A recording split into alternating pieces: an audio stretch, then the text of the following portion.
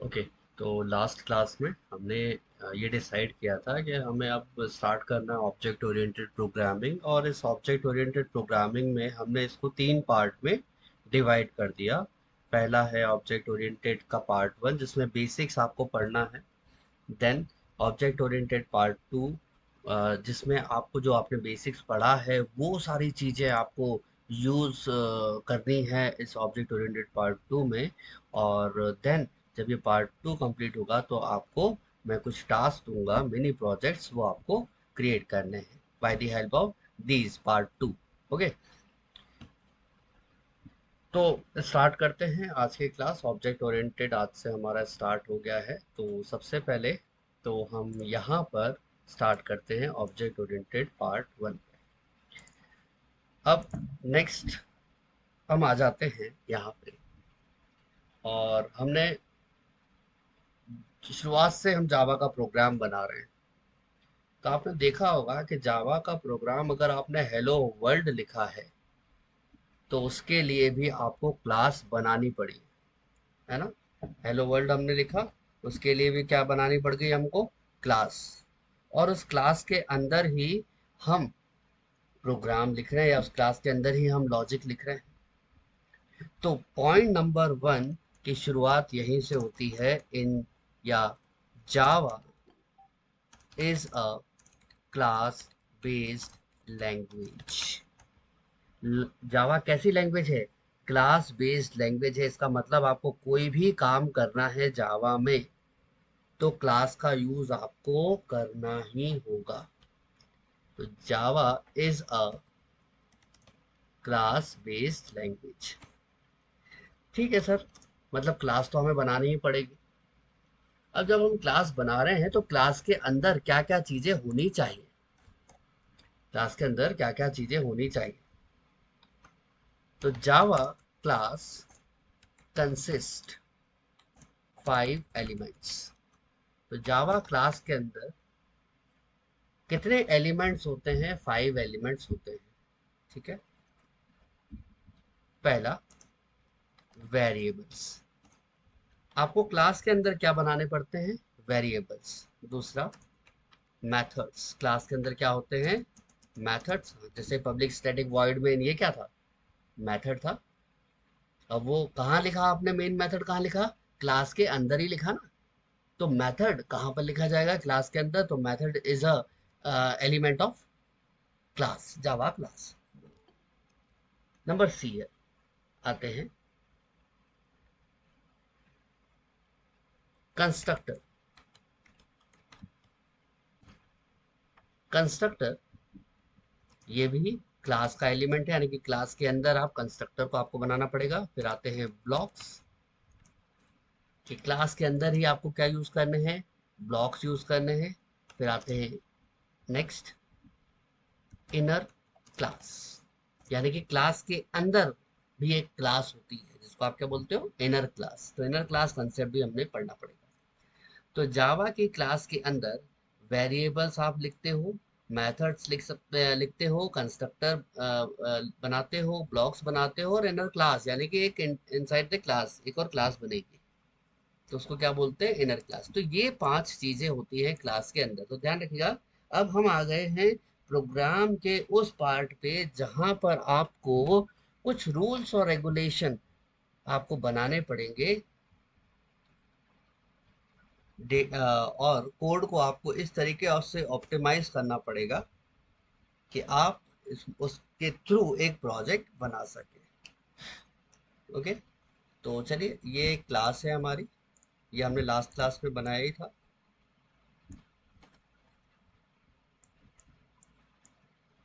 इसको इधर ले लेते हैं। हाँ, अब देखिए, ये टेस्ट नाम की क्या है? हमारी क्लास है। अब क्लास के अंदर आपको क्या दिख रहा है? मेथड। तो ठीक है, क्लास के अंदर मेथड्स होते हैं, उसी तरीके से वेरिएबल, कंस्ट्रक्टर, ब्लॉक्स और इनर क्लास भी होते हैं। तो चलिए एक एक करके हम इन एलिमेंट्स को पढ़ें और इनसे क्या इंफॉर्मेशन निकल रही है, क्योंकि इंफॉर्मेशन हमें कहाँ के लिए ध्यान रखना है? एमसीक्यू, इंटरव्यू, और कोडिंग में ये इनडायरेक्ट आता है। मतलब जब आप प्रोग्राम बनाओगे तो आपको याद होना चाहिए कि मुझको क्या यूज करना है ना। तो वो इनडायरेक्टली आपको कोडिंग में काम आएगा। तो स्टार्ट करते हैं। पहला है वेरिएबल्स।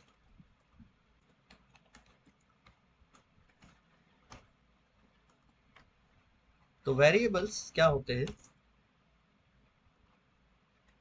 सिंपल सा है पॉइंट इसका कि variables are use to store data और वैल्यू और लिटरल डेटा, वैल्यू या लिटरल्स को स्टोर करने के लिए वेरिएबल का यूज करते हैं। फॉर एग्जाम्पल हमने यहाँ पर लिखा int a equal to 100, int a equal to 100 ऐसा हमने लिखा। अब यहाँ पर इंट क्या है? Data type. इक्वल टू क्या है? Assignment operator. 100 क्या है? लिटरल वैल्यू या डेटा। तो बचा क्या? ए क्या है आपका? वेरिएबल। तो यहाँ पर हम मेंशन कर देते हैं where a is a variable. अब ये वेरिएबल तो हमने वैसे भी पहले से पढ़ते हुए आ रहे हैं। तो वेरिएबल का काम क्या है? डेटा या वैल्यू या लिटरल को स्टोर करना, है ना। अब ये तो ठीक है सर, वेरिएबल समझ में आ गया, लेकिन अब आई असली कहानी, वो है टाइप्स ऑफ वेरिएबल्स। जावा में कितने टाइप के वेरिएबल्स होते हैं? तो इसका आंसर है there are 3 types of variables in Java. There are 3 types of variables in Java. 3 type के वेरिएबल होते हैं जावा में। तो कौन कौन से? लोकल वेरिएबल्स,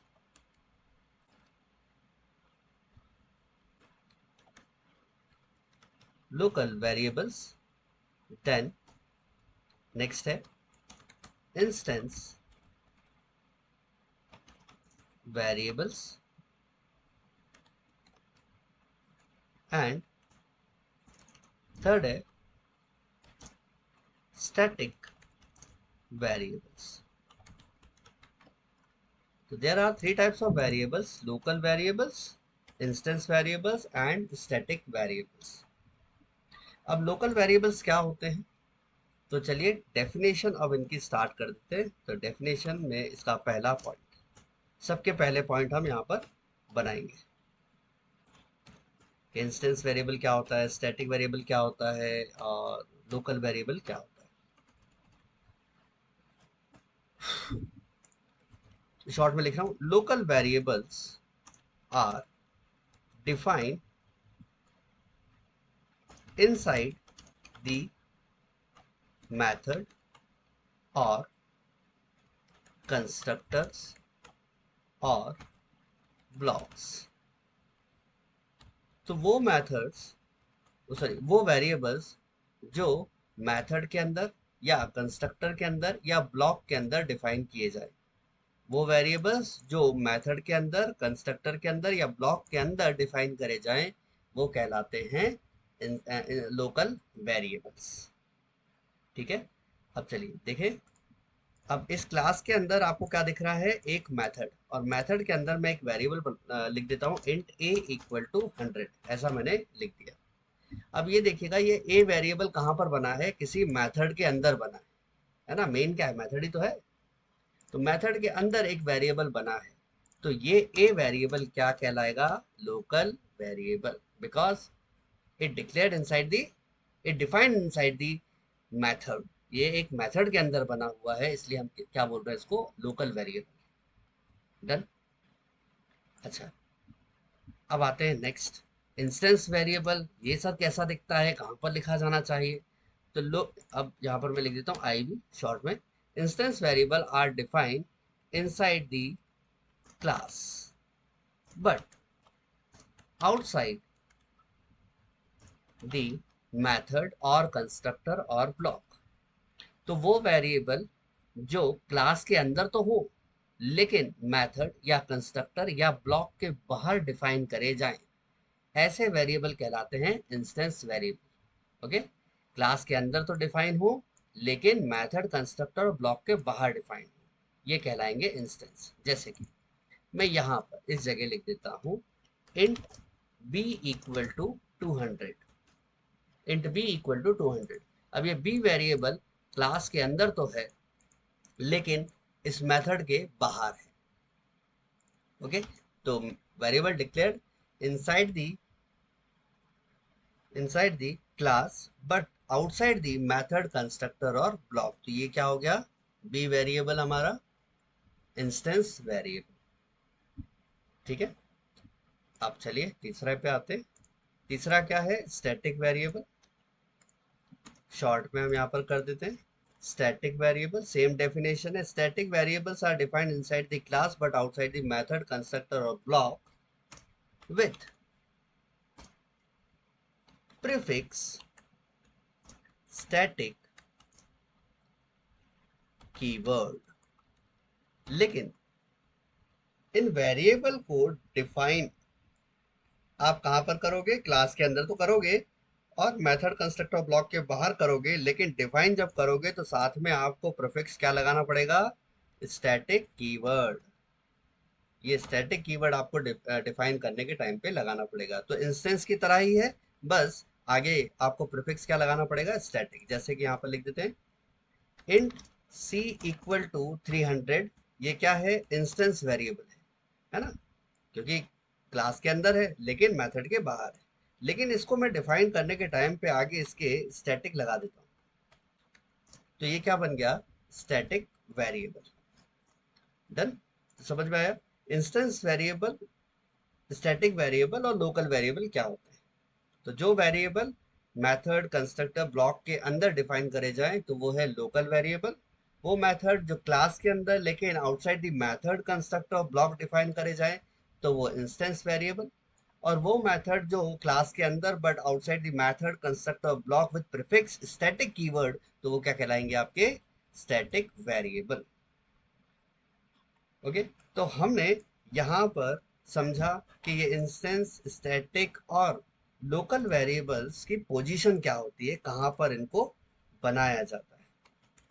तो ये अपना हो गया एग्जाम्पल, कहाँ पर बनाया जाता है डेफिनेशन के अकॉर्डिंग। हाँ जी, बोलिए।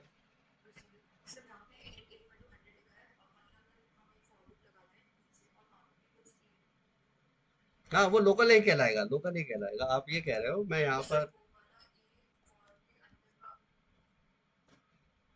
हाँ लोकल ही कहलाएगा। अब लोकल का मैं अभी थोड़ा, अभी कंप्लीट नहीं हुआ अपना, है ना। जब मैं कंप्लीट करूँ फिर आप फिर मेरे को एक बार ये क्वेश्चन आप एक बार मेरे को फिर रिपीट करवा देना। अभी कंप्लीट नहीं हुआ, अभी तो हमने सिर्फ पहला पॉइंट लिखा है इन लोगों का कि पोजीशन, किसकी क्या पोजीशन होते हैं, कहाँ पर डिफाइन करते हैं इसको। ठीक है, अब नेक्स्ट आता है कि sir what is the scope of local variable. Local variable का स्कोप क्या रहता है, स्कोप मतलब दायरा। अब आप खुद देखिएगा, इस ए वेरिएबल का दायरा क्या है, स्कोप क्या है, रेंज क्या है। तो भाई इसकी इस ए की रेंज कहाँ से कहाँ तक है, इस कर्ली ब्रैकेट से इस कर्ली ब्रैकेट तक ही है। तो ए को इस जगह पे यूज किया जा सकता है। लेकिन बाहर कोई एक और मेथड है, मैं एक और मेथड बना देता हूँ, वॉइड शो। ये शो मेथड मैंने यहाँ पर क्रिएट कर दिया और मैं यहाँ पर बोल रहा हूँ कि भाई प्रिंट कराइए, प्रिंट द वैल्यू ऑफ ए। अब भाई ए आपने डिफाइन किया है इस मेथड में और प्रिंट करा रहे हो इस मेथड में, तो क्या ये पॉसिबल है, नहीं। ये जो ए है इसका स्कोप सिर्फ इस मेन मेथड, इस मेथड तक सीमित है। ओके, तो इसका स्कोप क्या होगा, जहां पर ये लिखे जाते हैं वही इनका स्कोप होगा। अगर वो मेथड में बनाया गया है तो मेथड या कंस्ट्रक्टर या ब्लॉक, यहीं तक ही इनका स्कोप रहता है। ठीक है, जिस मेथड में बनाया गया है उसी मेथड में वो यूज कर पाएगा। अब आपका क्वेश्चन वापस हम रिपीट करते, सर यहां पर एक फॉर लूप मैंने लगाया, फॉर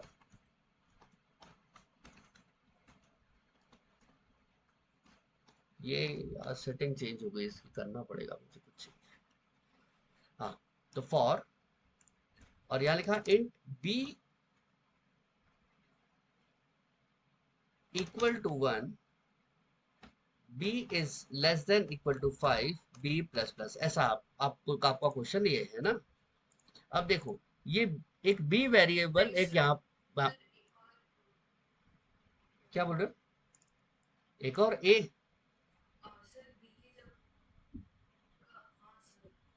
नहीं नहीं हो सकता, नहीं,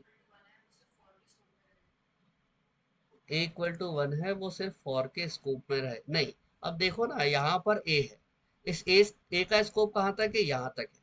तो क्या बोलेगा, ये आपने एक ए इंट ए डिफाइन किया है, एक ए वेरिएबल डिफाइन किया है, कहाँ पर डिफाइन किया है, इस मेन मेथड में। तो इस मेन मेथड में दूसरा सेम नाम का नहीं होना चाहिए, इस स्कोप में दूसरा सेम नाम का नहीं होना चाहिए। तो आपने क्या कर दिया, सेम नाम का दूसरा भी डिफाइन कर दिया। ओके, इनिशियलाइजेशन अलाउड है, लेकिन बार बार डिक्लेरेशन अलाउड नहीं है। तो आप यहाँ पर भी डिक्लेयर कर रहे हो, यहाँ पर भी डिक्लेयर कर रहे हो। तो इन दोनों का स्कोप क्या है, एक भाई, एक स्कोप में दो नाम वाले नहीं हो सकते। ये आपको क्या दे देगा, एरर। ठीक है जी। अभी आप जब प्रोग्राम बनाओगे ना, जब प्रैक्टिस करोगे, तब आपको ये चीजें आराम से आने लगेगी। तो चलिए, स्कोप भी हमने यहाँ पर देख लिया। अब नेक्स्ट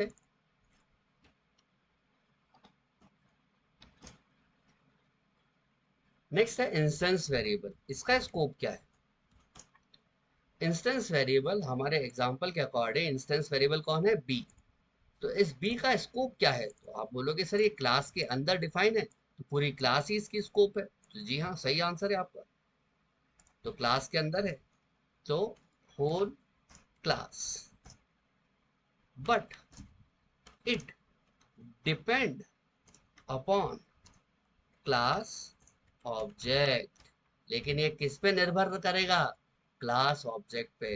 ये पूरी क्लास में काम कर सकता है, लेकिन जब तक ऑब्जेक्ट नहीं होगा, तब तक ये वर्क नहीं करेगा। ठीक है जी, जब तक ऑब्जेक्ट नहीं, तब तक वर्क नहीं। तो ये इंस्टेंस वेरिएबल किसके ऊपर डिपेंडेंसी है, इनकी ऑब्जेक्ट्स के ऊपर। और ये कहां तक काम करेंगे, पूरी क्लास तक। ठीक है। अब नेक्स्ट आते हैं, अगला है स्टैटिक। स्टैटिक वेरिएबल, इनकी कोई किसी पर डिपेंडेंसी नहीं होती, इनका स्कोप पूरी क्लास रहती है, होल क्लास। ठीक है, अभी आपको समझ में आएगा डिपेंडेंसी ऑब्जेक्ट पे क्यों है, जब हम पता करेंगे ना ऑब्जेक्ट कंस्ट्रक्टर, तो कंस्ट्रक्टर में ऑब्जेक्ट का पूरा वो बताया जाएगा, और उसमें आपको ये क्लियर होगा।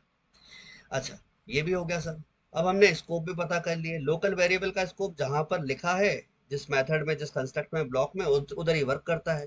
इंस्टेंस वेरिएबल पूरी क्लास में काम करता है, लेकिन डिपेंड किसके ऊपर है, ऑब्जेक्ट्स पे। तो आपने ऑब्जेक्ट्स बनाया नहीं, तो इंस्टेंस वेरिएबल इनिशियलाइज भी नहीं हो पाएगा बेचारा। देन स्टैटिक वेरिएबल, इसका स्कोप है पूरी क्लास में आप इसे यूज कर सकते हो। ओके। अब आता है नेक्स्ट, अगला पॉइंट। अगला पॉइंट है मेमोरी एलोकेशन।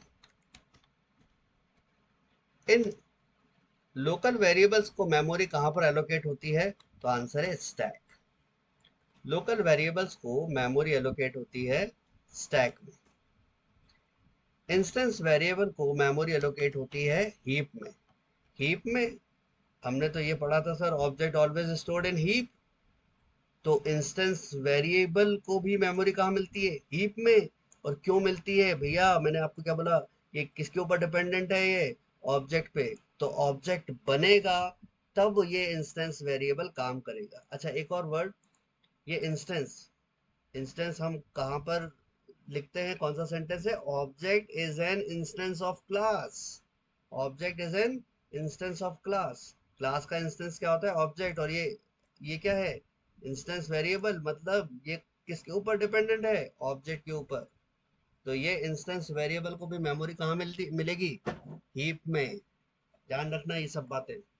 अब नेक्स्ट आता है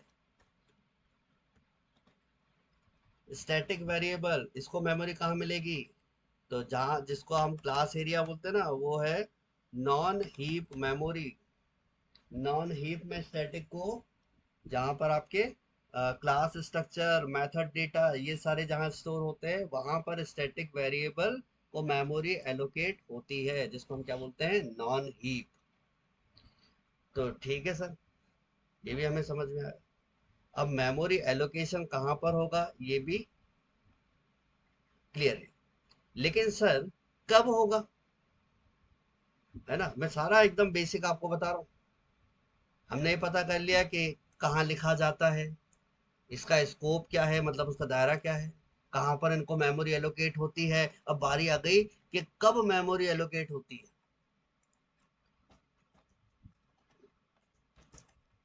तो व्हेन, मैं शॉर्ट में लिख रहा हूँ, मेथड और कंस्ट्रक्टर और ब्लॉक इन्वोक, जब मेथड कंस्ट्रक्टर ब्लॉक इन्वोक होते हैं तब मेमोरी एलोकेट होती है ना। मैं लिख दूं, मेमोरी एलोकेशन व्हेन मेथड और कंस्ट्रक्टर और ब्लॉक। आप खुद ही देखिएगा, मुझे इस ए की तरफ जाना है तो मैं ए पर कब पहुंच पाऊंगा, जब ये मेथड कॉल होगा। जब मेथड कॉल होगा तभी तो अंदर घुस पाएंगे, तभी तो ये एक्सेस हो पाएगा। ठीक है, तो जब मेथड या कंस्ट्रक्टर या ब्लॉक कॉल होता है तभी इस लोकल वेरिएबल को मेमोरी एलोकेट होती है। अब देन अगली बात करें तो मेमोरी का डी एलोकेशन कब होगा। मेमोरी का डी एलोकेशन कब होगा भाई, मेमोरी मिल तो गई, कब मिली, जब वो मेथड या कंस्ट्रक्टर या ब्लॉक कॉल हुआ तब उनको लोकल वेरिएबल्स को मेमोरी मिल गई। लेकिन मेमोरी डी एलोकेशन कब होगा, तो व्हेन कॉलिंग कंप्लीटेड, जब कॉलिंग खत्म हो जाए तो इनको मेमोरी, इनकी मेमोरी भी क्या हो जाती है, डी एलोकेट हो जाती है। ओके, जब इनको जब इनको कॉल किया जाता है तब लोकल वेरिएबल्स को मेमोरी मिलती है, जब इनकी कॉलिंग खत्म हो गई तो मेमोरी क्या हो जाएगी, डी एलोकेट हो जाएगी। अब नेक्स्ट देखते हैं इंस्टेंस वेरिएबल। इंस्टेंस वेरिएबल को मेमोरी कब एलोकेट होती है, व्हेन ऑब्जेक्ट क्रिएट्स, जब ऑब्जेक्ट क्रिएट होता है तो मेमोरी एलोकेट हो जाती है इंस्टेंस वेरिएबल को, है ना। व्हेन ऑब्जेक्ट डिस्ट्रॉय, देन इसको मेमोरी क्या हो जाती है, डीलोकेट हो जाती है। मैंने अभी बताया था आपको डिपेंडेंसीज की किसके ऊपर है, ऑब्जेक्ट के ऊपर। तो जब ध्यान रखिएगा, जब ऑब्जेक्ट बनेगा तब इंस्टेंस वेरिएबल को मेमोरी एलोकेट होगी। ठीक है, जब ऑब्जेक्ट बनेगा तब इंस्टेंस वेरिएबल को मेमोरी एलोकेट होती है। अगला देखें। ओहो, मैंने इसमें कर दिया चेंज, यहाँ पर करना था। अब स्टैटिक वेरिएबल को मेमोरी कब मिलती है, व्हेन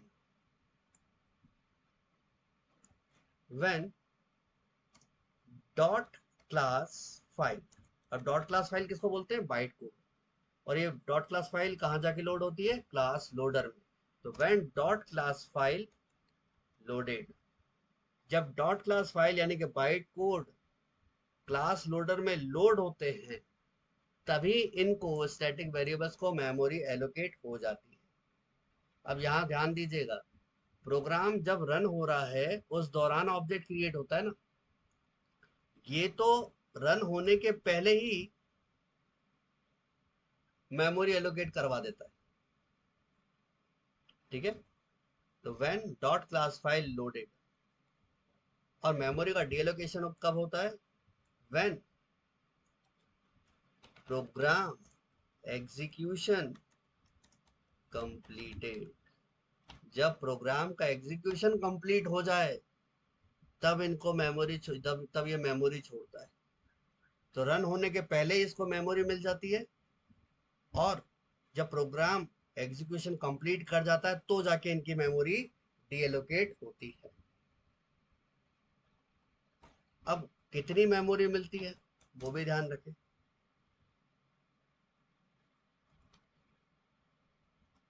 ईच स्टैटिक वेरिएबल, या मैं इसको एग्जांपल के थ्रू आपको बता दूंगा। तो ये पॉइंट्स आप ध्यान रखिए, ये पॉइंट्स आपके कवर होते हैं इनमें। एमसीक्यू में इनडायरेक्टली कोडिंग में आपको पता होना चाहिए, आप स्टैटिक वेरिएबल बना रहे हो, इंस्टेंस बना रहे हो, लोकल बना रहे हो, कुछ तो पता होना चाहिए। ठीक है, तो ये है आपका वेरिएबल्स का पूरा एक, मैंने आपको एक एक चीजें आपको इसमें बता दिया है ना। अब नेक्स्ट आते हैं, नेक्स्ट है मेथड्स। नेक्स्ट पार्ट है मेथड्स।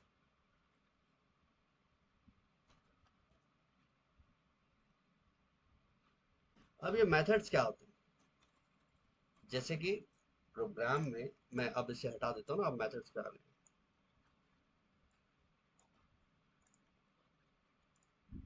अब हम आए मेथड्स पे, तो आप देख रहे हो ये क्लास है, और क्लास के अंदर एक मेथड आपने बना रखा है। वो कौन सा मेथड है? मेन मेथड, क्योंकि program always starts from main method, है ना। JVM call main method to execute program. अब मेथड्स क्या है सर, ये मेथड्स क्यों बनाए जाते हैं? तो सिंपल, हर एक, ध्यान रखिएगा, ये जो जितना लिखा है ना मैंने, वेरिएबल का काम क्या है? डेटा स्टोर करना। इसका क्या काम क्या है अभी हम पता करेंगे। इसका काम क्या है? इसका भी कुछ और काम है, इसका सबके अलग अलग काम है ना। सबके अलग अलग काम है। एक बैंक में गए तो कैशियर सिर्फ क्या करेगा? पैसा गिनने का काम करेगा, है ना। पैसे को डिपॉजिट करेगा, पैसे को विड्रॉ करेगा, लेकिन कैशियर लोन का काम नहीं करेगा, है ना। सेम वही है, तो हर क्लास का कंपोनेंट जो है, क्लास के जो एलिमेंट्स हैं, वो उनका अपना खुद का स्पेसिफिक काम होता है। अभी वेरिएबल का काम देखा, डेटा को स्टोर करना। अब आते हैं मेथड का काम क्या है। तो मेथड्स, पॉइंट नंबर 1, मेथड्स का काम क्या है? Methods are use to write logics of program. तो प्रोग्राम्स के लॉजिक को लिखने के लिए मेथड्स का यूज करते हैं। प्रोग्राम के लॉजिक्स लिखने, देखिए आप अपने एक दो कुछ दिन पहले, या हम प्रोग्राम बनाते हुए आ रहे हैं, आप भी प्रोग्राम बना रहे हो, तो कहाँ बना रहे हो? मेथड के अंदर ही बना रहे हो ना, कंस्ट्रक्टर के अंदर तो बना नहीं रहे हो, ब्लॉक के अंदर तो बना नहीं रहे हो। प्रोग्राम का लॉजिक आप लिख कहाँ रहे हो? मेथड के अंदर। तो जो प्रोग्राम का एक्चुअल काम क्या करवाना है उससे, क्या लॉजिक्स है, क्या ऑपरेशंस आपको परफॉर्म करने हैं, वो चीजें आप कहाँ लिखोगे? मेथड्स में। ओके, तो methods are used to write logics of the program. अब नेक्स्ट आता है टाइप्स ऑफ मेथड्स। मेथड्स के टाइप्स क्या है? तो there are two types of methods. कितने टाइप के मेथड्स होते हैं? दो टाइप के मेथड्स होते हैं। एक है इंस्टेंस मेथड, एंड दूसरा है स्टैटिक मेथड। तो there are two types of method, instance method और static method. Instance method it is also known as non static method. Instance method को नॉन स्टैटिक मेथड भी कहते हैं।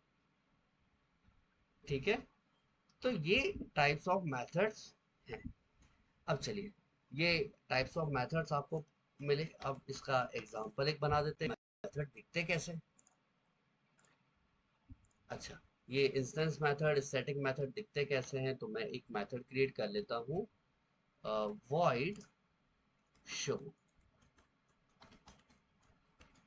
void show, एंड दूसरा method पे हम आए तो वो है void display, void show and void display। बस इस डिस्प्ले के आगे मैं लगा देता हूँ स्टैटिक। तो आपको देख के डिफरेंस समझ में आ रहा है। जिस मेथड के नाम के आगे स्टैटिक लगा है वो क्या कहलाएगा? Static method. जिस मेथड के नाम के आगे स्टैटिक नहीं लगा है तो वो क्या कहलाएगा? इंस्टेंस मेथड या non static method. Main method क्या है? इंस्टेंस मेथड या स्टैटिक मेथड? तो नाम के आगे आपको क्या दिख रहा है?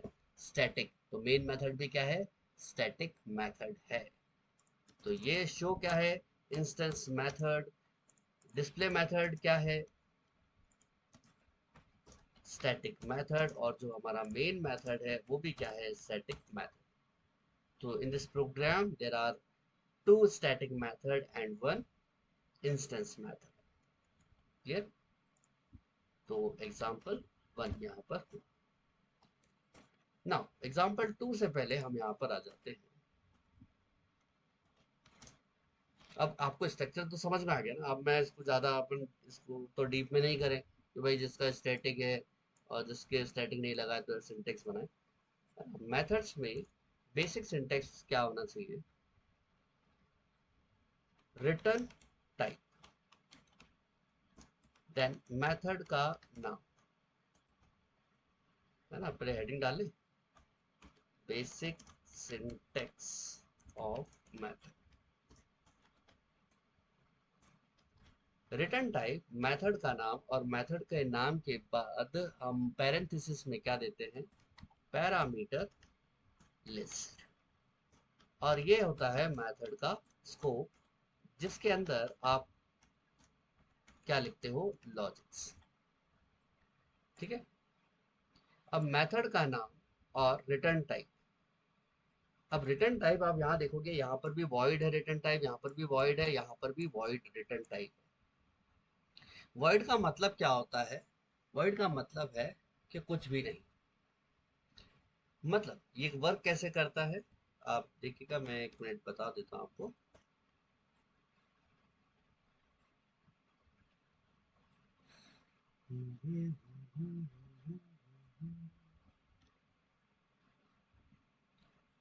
Okay, return type. सबसे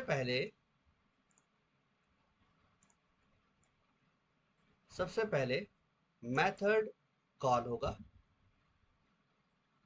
मेथड के नाम से मेथड कॉल होगा, देन मेथड के नाम से मेथड कॉल हुआ, देन क्या पढ़ा जाएगा, लॉजिक। और लॉजिक के बाद रिटर्न टाइप, और रिटर्न टाइप से डेटा उठ के कहाँ चला जाएगा, जहां पर आपने उसको कॉल करवाया। ठीक है, जहां से आपने कॉल करवाया। चलिए मैं यहाँ पर ही लेके जाता हूँ वापस तीर को, जहां से आपने कॉल करवाया। तो यहाँ पर हुआ क्या कि मेथड के नाम से मेथड को कॉल किया, देन कॉल होने के बाद अंदर के लॉजिक्स को पढ़ा गया। लॉजिक्स को पढ़ने के बाद रिटर्न टाइप इस मेथड का क्या है, अगर इंटीजर है तो रिटर्न में क्या देना चाहिए इसको, इंटीजर। और इंटीजर वैल्यू लेके वो वापस कहाँ चला जाएगा, जहां से कॉल किया गया है। ठीक है। चलिए तो अब देखते हैं कॉलिंग। अब यहाँ पर कुछ ज्यादा नहीं, कॉलिंग के लिए हम कुछ चीजें समझ लेते हैं। यहाँ पर मैं लिख रहा हूँ हेलो,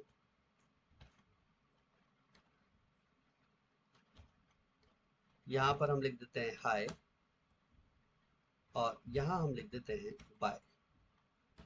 हेलो, हाय, बाय, ये 3 चीजें हमने लिखी। आप ध्यान से देखिएगा, प्रोग्राम को रन करवाएं।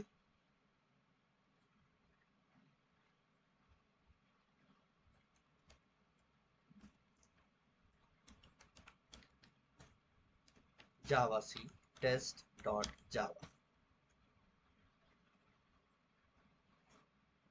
जावा टेस्ट। अब देखिए सिर्फ क्या प्रिंट हुआ, बाय प्रिंट हुआ। ओके, मैं ये कमेंट हटा देता हूँ।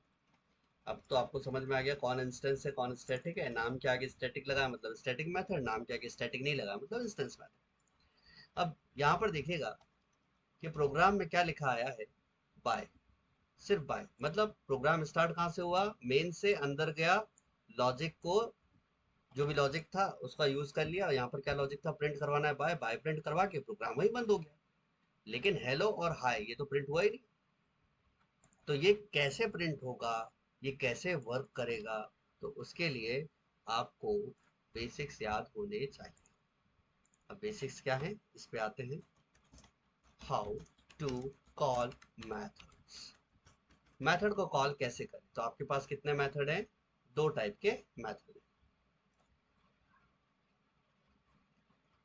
इंस्टेंस मेथड से कॉल करना है,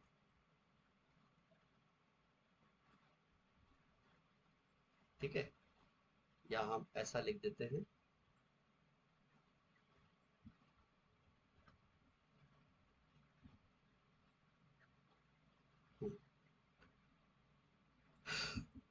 इंस्टेंस मेथड को हमें कॉल करना।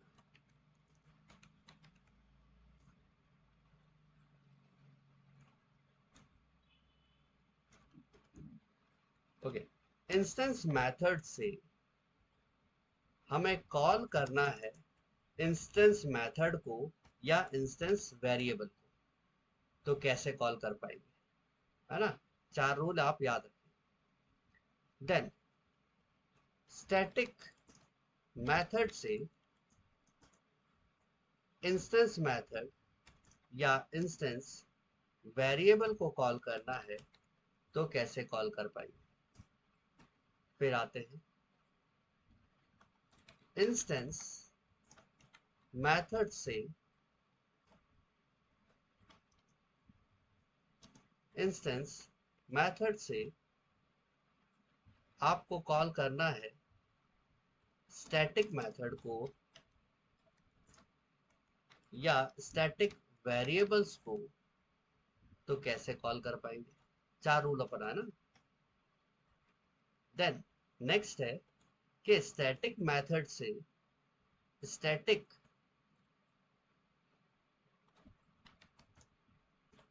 वेरिएबल और स्टैटिक मेथड को कॉल करना है, तो कैसे कॉल कर पाएंगे। तो 4 रूल आप याद रखें। पहला ये हुआ, दूसरा ये हुआ का, तीसरा ये हुआ, चौथा। 4 रूल है इसमें। अगर इंस्टेंस मेथड से इंस्टेंस मेथड या इंस्टेंस वेरिएबल को कॉल कर रहे हैं, तो आप डायरेक्टली कॉल कर सकते हो, डायरेक्टली कॉल कर सकते हो। स्टैटिक मेथड से इंस्टेंस मेथड को कॉल करना है, तो आपको ऑब्जेक्ट बना के कॉल करना पड़ेगा। ठीक है। देन इंस्टेंस मेथड से स्टैटिक वेरिएबल स्टैटिक मेथड को कॉल करना है, तो क्लास के नाम से कॉल कर सकते हो। देन स्टैटिक मेथड से स्टैटिक वेरिएबल को कॉल करना है, तो आप क्लास के नाम से कॉल कर सकते हो। तो ये 4 रूल आप याद रखिएगा। इंस्टेंस से इंस्टेंस कैसे कॉलिंग होती है, डायरेक्टली। स्टैटिक से इंस्टेंस कैसे कॉल होता है, ऑब्जेक्ट से। इंस्टेंस से स्टैटिक कॉल करना है तो क्लास नेम, और स्टैटिक से स्टैटिक कॉल करना है तो क्लास नेम। लेकिन ये जो लास्ट वाला है नंबर 4, इसमें थोड़ा सा चेंज कर देते हैं। चेंज क्या, इसमें और भी चीजें होती हैं। जैसे कि क्लास के नाम से तो कॉल कर सकते हो आप, ऑब्जेक्ट से भी कॉल कर सकते हो, आप डायरेक्टली भी कॉल कर सकते हो।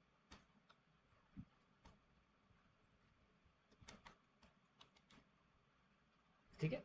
लेकिन मोस्ट रिकमेंड है कि आप क्लास के नाम से कॉल करिए। ये आगे आपको खुद ही समझ में आ जाएगा ऐसा क्यों। ठीक है। तो 1 2 3 4 4 रूल्स है। ये 4 रूल्स आपको याद रखने। ये रूल्स अगर याद नहीं है, तो फिर हमें प्रोजेक्ट बनाने में दिक्कत आएगी, हमें एमसीक्यू क्वेश्चंस करने में दिक्कत आएगी, हमें इंटरव्यू क्वेश्चंस को पास करने में दिक्कत आएगी, हमें कोडिंग राउंड क्लियर करने में दिक्कत आएगी। क्योंकि वहां आपको पता होना चाहिए कि भाई ऑब्जेक्ट कब बनाना है, डायरेक्टली कब कॉल होगा, ये सारी चीजें। तो ये ध्यान रखिएगा। ये हाउ टू कॉल मेथड्स, ये जो पॉइंट है, ये मोस्ट इंपॉर्टेंट पॉइंट है। यहीं से आपका एक तरह से बोल सके कि अब जाके आपकी प्योरली प्रोग्रामिंग स्टार्ट हुई है। तो ये रूल्स है,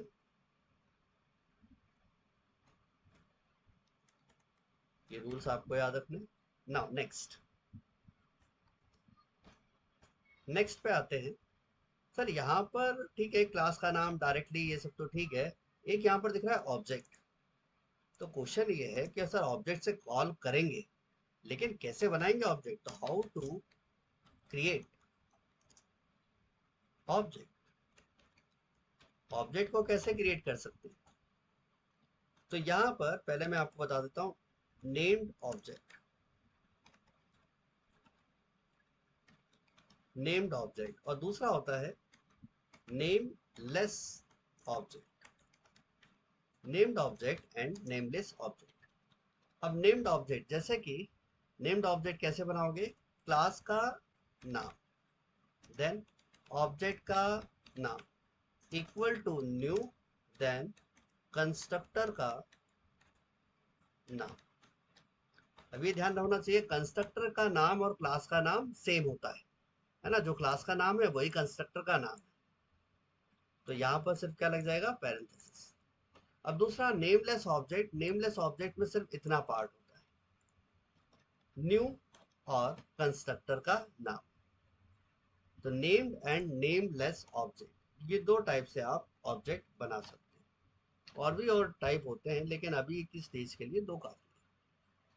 तो ऑब्जेक्ट बनाना भी हमें आ गया। फॉर एग्जाम्पल ये तो हुआ सिंटेक्स हमारा, ये हुआ सिंटेक्स। मान लीजिए हमारी क्लास का नाम है, मान लेते हैं हमारी क्लास का नाम है टेस्ट। तो ऑब्जेक्ट कैसे बनेगा, test T1 equal to new test और पैरेंथेसिस देन क्लोज। और नेमलेस आप बनाओगे तो इसका एग्जांपल हम देखें। नेमलेस आप बनाओगे तो सिर्फ क्या लिखना है, न्यू देन कंस्ट्रक्टर का नाम। तो class name and constructor name ये दोनों सेम होते हैं, तो ऑब्जेक्ट भी यहां पर क्रिएट करना आ गया। अब चलिए इन दोनों पॉइंट्स को हम साथ में करते हैं। ओके, तो अब देखिएगा, वापस हम आते हैं। इस प्रोग्राम में सिर्फ बाय लिखा आ रहा था, लेकिन सर मुझे हेलो प्रिंट करना है। तो एक काम करते हैं, बाय हटा देते हैं।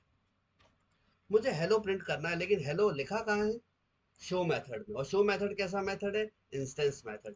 तो प्रोग्राम स्टार्ट कहाँ से होगा, हाँ जी, प्रोग्राम स्टार्ट कहाँ से होगा, मेन मेथड से, है ना। तो यहां पर मैं एक ऑब्जेक्ट बना देता हूं। हमारी क्लास का नाम क्या है, test. Test T1 equal to new test. तो इस टेस्ट क्लास का ऑब्जेक्ट, इस टेस्ट क्लास का ऑब्जेक्ट क्या क्रिएट कर दिया, T1। और हम बोल रहे हैं कि T1 जाओ शो को कॉल करो। अब देखिएगा हमने ऑब्जेक्ट क्यों बनाया, क्योंकि हम प्रोग्राम कहाँ से स्टार्ट हो रहा है, मेन से, और मेन से मुझे कॉल करना है शो को, है ना। तो मेन मेथड कैसा है, स्टैटिक। तो यहाँ पर कैसा फॉर्मेशन बना, स्टैटिक से इंस्टेंस को कॉल करना है, स्टैटिक से इंस्टेंस को कॉल करना है। तो अभी अभी हमने पढ़ा कि स्टैटिक से इंस्टेंस को कॉल करना है, तो कैसे कॉल हो पाएगा, ऑब्जेक्ट के थ्रू। तो तभी हमने यहाँ पर क्या बनाया, हमारी टेस्ट क्लास का ऑब्जेक्ट, और उसके थ्रू हम शो को कॉल कर रहे हैं। ठीक है, अब थोड़ा सा देखें ये पैटर्न कैसा ये वर्क कर रहा है। प्रोग्राम स्टार्ट हुआ कहाँ से, मेन से, अंदर गया, ऑब्जेक्ट बनाया, इस ऑब्जेक्ट ने शो को कॉल किया, इस ऑब्जेक्ट ने शो को कॉल किया। अब शो को जैसे ही कॉल किया तो क्या प्रिंट कर दिया, हेलो। अब हेलो प्रिंट करने के बाद, हेलो प्रिंट करने के बाद क्या देखा, वॉइड, मतलब ये मेथड रिटर्न में कुछ भी नहीं देगा। तो ठीक है, यहीं पर प्रोग्राम क्या हो गया, एंड। क्लियर। तो क्या प्रिंट हो गया, हेलो। करें एक बार रन, कंपाइल एंड रन। ये देखिएगा हेलो प्रिंट हो गया। हेलो कहाँ लिखा हुआ है, शो में। तो मेन मेथड से शो मेथड को हमने कॉल कर दिया, डन। अब नेक्स्ट है कि सर मुझे इस डिस्प्ले मेथड को कॉल करना है, इस डिस्प्ले मेथड को कॉल करना है। तो मैं कैसे डिस्प्ले मेथड को कॉल कर सकता हूँ, तो यहीं से मान लीजिए मेन मेथड से मुझे डिस्प्ले मेथड को कॉल करना है। तो मेन मेथड क्या है, स्टैटिक, डिस्प्ले मेथड भी क्या है, स्टैटिक। तो फॉर्मेशन क्या बना, स्टैटिक मेथड से स्टैटिक मेथड को कॉल करना है। तो रूल देखें, स्टैटिक से स्टैटिक को कॉल करना है। तो कितने तरीके बताए, डायरेक्टली भी कॉल कर सकते हो, ऑब्जेक्ट बना के भी कॉल कर सकते हो, और क्लास के नेम से भी कॉल कर सकते हो। तो एक काम करते हैं, सबसे पहले हम क्लास के नाम से कॉल कर लेते हैं। तो क्लास का नाम क्या है, टेस्ट। यहां पर लिख देते हैं test dot display, test dot display. Clear? चलिए सेव करें। जैसे डिस्प्ले कॉल होगा क्या प्रिंट कर देगा? हाय। ये देखिएगा हाय प्रिंट हो गया। ऑब्जेक्ट के थ्रू शो कॉल हुआ तो उसने हेलो प्रिंट कर दिया। देन टेस्ट डॉट डिस्प्ले, इसने क्या प्रिंट कर दिया? हाय। क्लियर? अब इसी को हम ऑब्जेक्ट से भी कॉल कर सकते हैं, तो हम टी वन डॉट डिस्प्ले, अगर हम टी वन डॉट डिस्प्ले करवाते हैं तब भी देखिएगा हाई प्रिंट होगा। देखिए हाई आ गया। अच्छा, इसी को हम डायरेक्टली कर सकते हैं, मैं डायरेक्टली लिख देता हूँ डिस्प्ले, डायरेक्टली लिख देते हैं डिस्प्ले।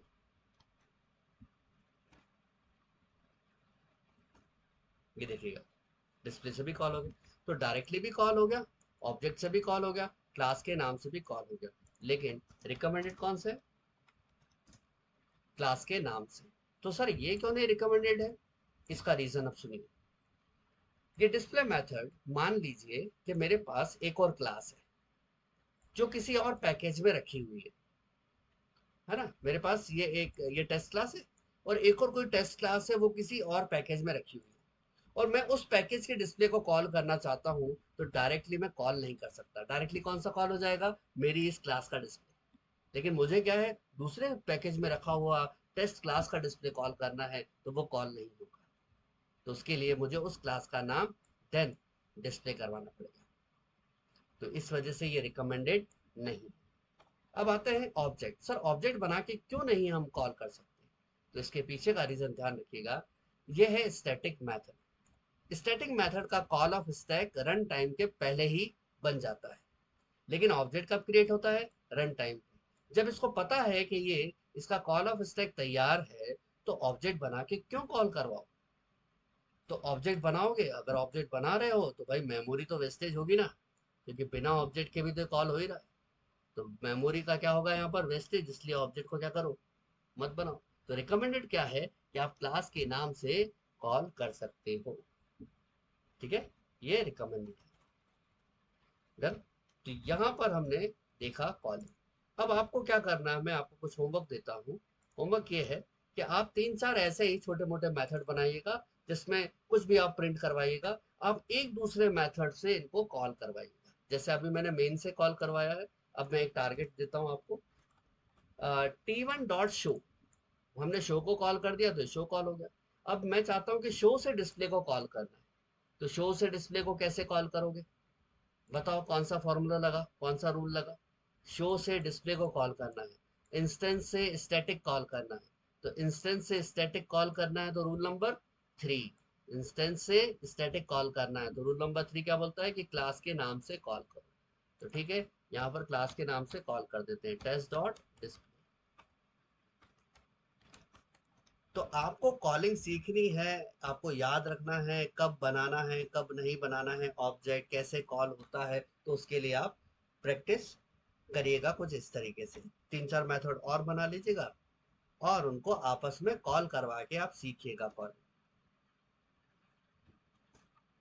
देखिए हाई हो गया, T one dot show, show call हुआ। देन शो के अंदर गया तो हेलो प्रिंट किया, हेलो प्रिंट करने के बाद डिस्प्ले को कॉल किया, डिस्प्ले को जैसे ही कॉल किया तो क्या प्रिंट कर दिया? हाई। तो पहले हेलो देन हाई, ये प्रिंट। डन। अच्छा, ये मैंने आपको बता दिया, ये हो गया एग्जाम्पल नंबर 3। फिर आता है सर नेमलेस ऑब्जेक्ट इस तरीके से बनाया जाता है, जिसमें सिर्फ न्यू और कंस्ट्रक्टर का नाम है, उसके थ्रू हम कैसे कॉल कर सकते हैं? तो यहाँ पर आपको क्या करना है, new, sorry, new then constructor का नाम, और क्लास का नाम सेम ही होता है, तो न्यू टेस्ट डॉट शो, ऐसा कॉल करना पड़ेगा। ओके, तो बाय नेमलेस ऑब्जेक्ट आप कैसे कॉल कर सकते हो? मैं ऐसे लिख दूं, कॉलिंग बाय नेमलेस ऑब्जेक्ट। बिना नाम के ऑब्जेक्ट से आप कैसे कॉल कर सकते हो? न्यू देन कंस्ट्रक्टर का नाम डॉट, डॉट क्या यूज करते हैं हम? इन्वोक के लिए, कॉलिंग के लिए, डॉट शो। शो को कॉल कर दिया, आप शो कॉल हुआ तो ये कॉल हो गया, है ना? इस तरीके से कॉल कर सकते हो। तो नेमलेस कॉलिंग तो मैंने आपको बता ही दिया, ये वाला nameless, sorry named calling and nameless object के थ्रू कॉलिंग, ये हमने यहाँ पर देख लिया। डन। तो ये है हमारा वेरिएबल और मेथड। अब आते हैं नेक्स्ट। नेक्स्ट है कंस्ट्रक्टर। तो मेथड के लिए, अच्छा मेथड में एक और बता देता हूँ। हाँ बोलिएगा, बोलिए बोलिए। आपकी आवाज़ क्लियर नहीं आ रही मुझे। यार मेरे को आपकी आवाज़ नहीं आ रही है क्लियर। आपकी आवाज़ में क्या थोड़ा सा डिस्टॉर्शंस आ रहे हैं, नॉइस आ रहा है। आप चैट में लिख दो, एक काम करो चैट में लिख दो।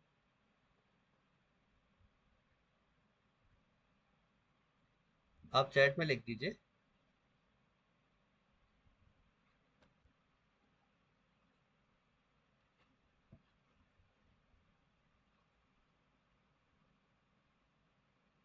हाँ लिख रहे हो क्या आप चैट में? हाँ। सर डायरेक्ट कॉलिंग क्यों नहीं करनी है? बाबा डायरेक्ट कॉलिंग क्यों नहीं करनी है, इसका मैं रीज़न आपको अभी बताया, चलो फिर से बताता हूँ।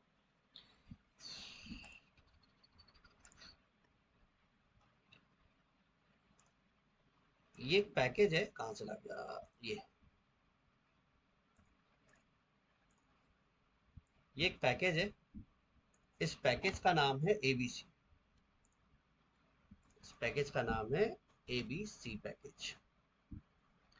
और एक और पैकेज है, इसको मैं बना देता हूँ। ये है एक्स वाई जेड पैकेज। ठीक है। इस एबीसी पैकेज में एक मेथड है। इस एबीसी पैकेज में एक क्लास है। यहाँ पर हम लिख देते हैं क्लास, क्लास टेस्ट। एक टेस्ट नाम की क्लास है जिसके अंदर मेथड है। इसके अंदर एक मेथड हम यहाँ पर क्रिएट कर देते हैं।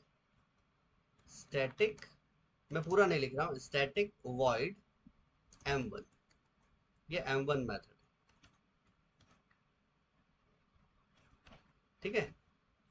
अब यहाँ पर भी एक क्लास है, यहाँ पर भी एक क्लास है। इस क्लास का नाम क्या है? टेस्ट। और इसके अंदर भी एक मेथड है, static void m1।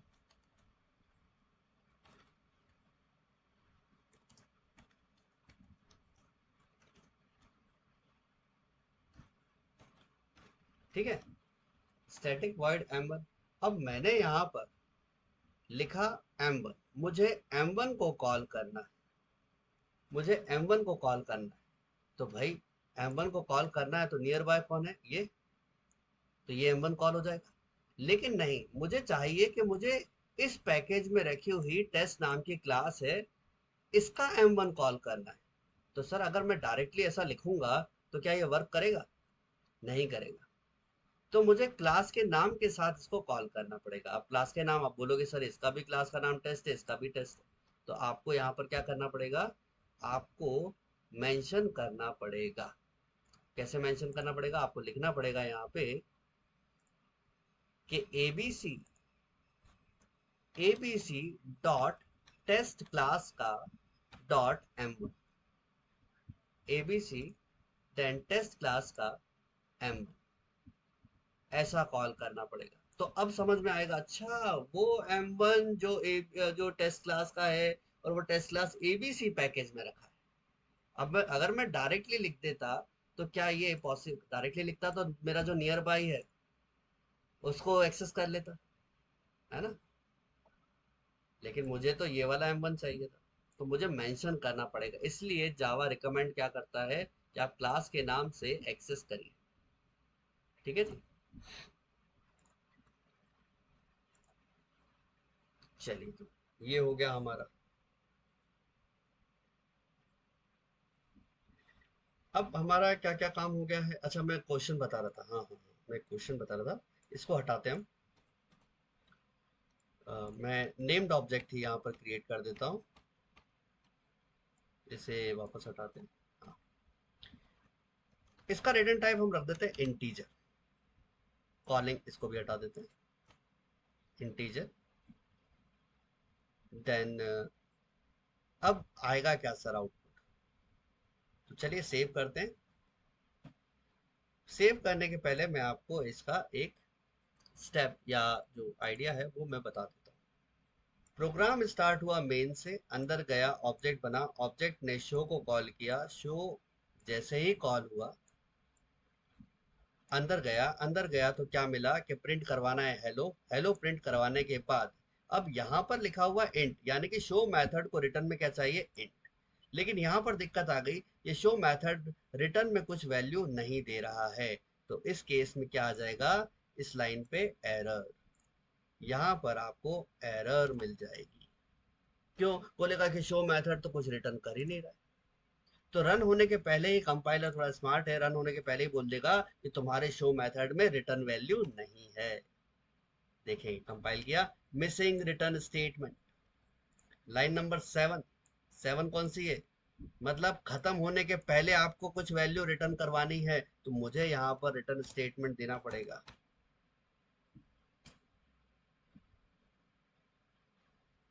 Okay, return क्या कर दिया, 100। तो सर ठीक है, रिटर्न कर दिया 100। अब वापस मैं आपको यहाँ पर डायग्राम से बता देता हूँ।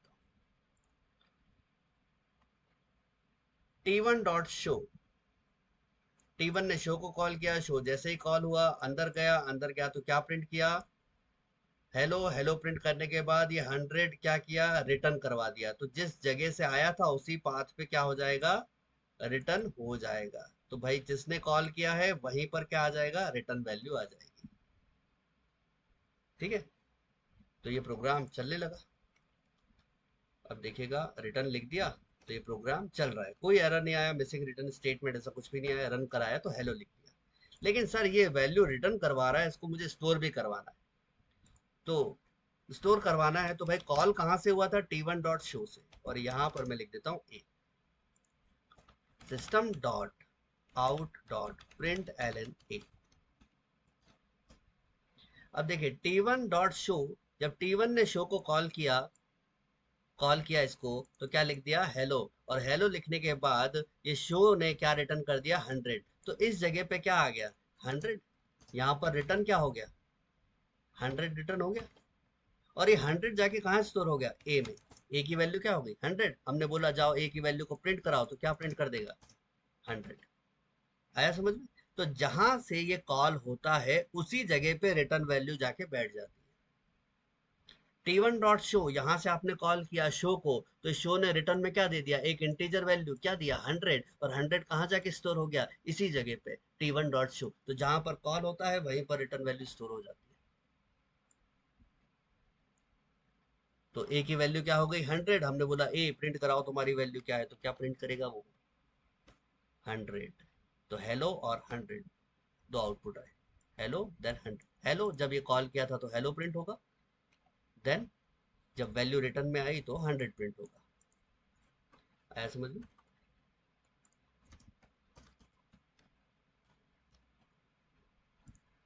ठीक है, तो रिटर्न वैल्यू का भी आपको पॉइंट्स ध्यान में रखने हैं। तो टोटल 5 एग्जांपल्स हमने करे। अब जो मेथड है, मेथड का एक्चुअल, अभी तो हमने सिर्फ मेथड के बारे में पढ़ा है। एक्चुअल जो मेथड हम पढ़ेंगे वो हम पढ़ेंगे पॉलीमॉर्फिज्म, है ना। अभी तो मैंने ओवरव्यू आपको दे दिया कि मेथड क्या होते हैं, कितने टाइप के होते हैं। फिर आएगा पॉलीमॉर्फिज्म में। अब पॉलीमॉर्फिज्म में भी आपको ओवरलोडिंग, ओवरराइडिंग, फिर वहां पर आएगा कि क्या स्टैटिक मेथड को ओवरलोड कर सकते हैं, क्या स्टैटिक मेथड को ओवरराइड कर सकते हैं, ऐसे क्वेश्चन।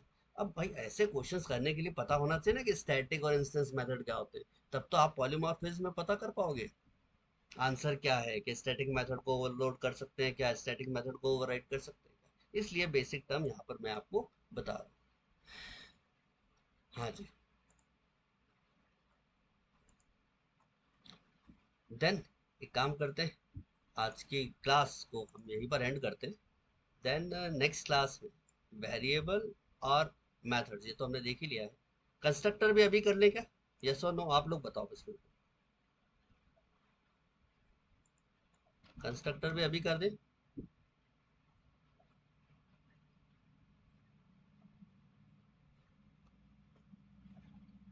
हाँ, यस और नो। मेरे को आपको आपकी आवाज नहीं आ रही है भाई।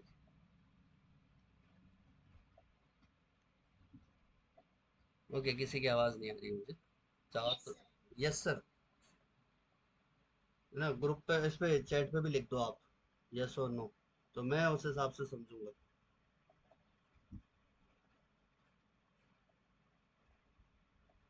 एक का ही आया है यस सर।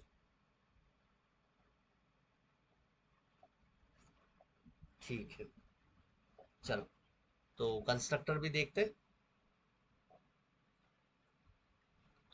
कंस्ट्रक्टर क्या है? अब उस पॉइंट पे आए हम, कहाँ गया हमारा ये। तो थर्ड है एलिमेंट कंस्ट्रक्टर। कंस्ट्रक्टर होता क्या है? अब हमने क्या क्या चीजें समझ लिया। मेथड कहाँ गया? मेथड, सॉरी, वेरिएबल का काम क्या होता है? वेरिएबल का काम होता है वैल्यूज को स्टोर करवाना। मेथड का काम क्या होता है? मेथड का काम है कि लॉजिक्स को लिखना। अब कंस्ट्रक्टर का क्या काम होता है? अब उस पे आते हैं। कंस्ट्रक्टर, आपने अभी ये ऑब्जेक्ट बनाया था तो कंस्ट्रक्टर का नाम लिखा था आपने। तो ये कंस्ट्रक्टर का नाम, क्लास का नाम सेम होता है, लेकिन कंस्ट्रक्टर होता क्या है? अब उस पे आते हैं।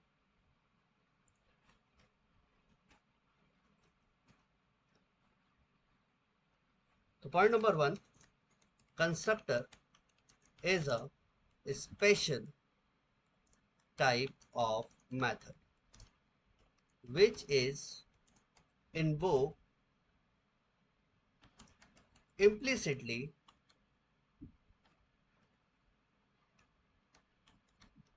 at the time of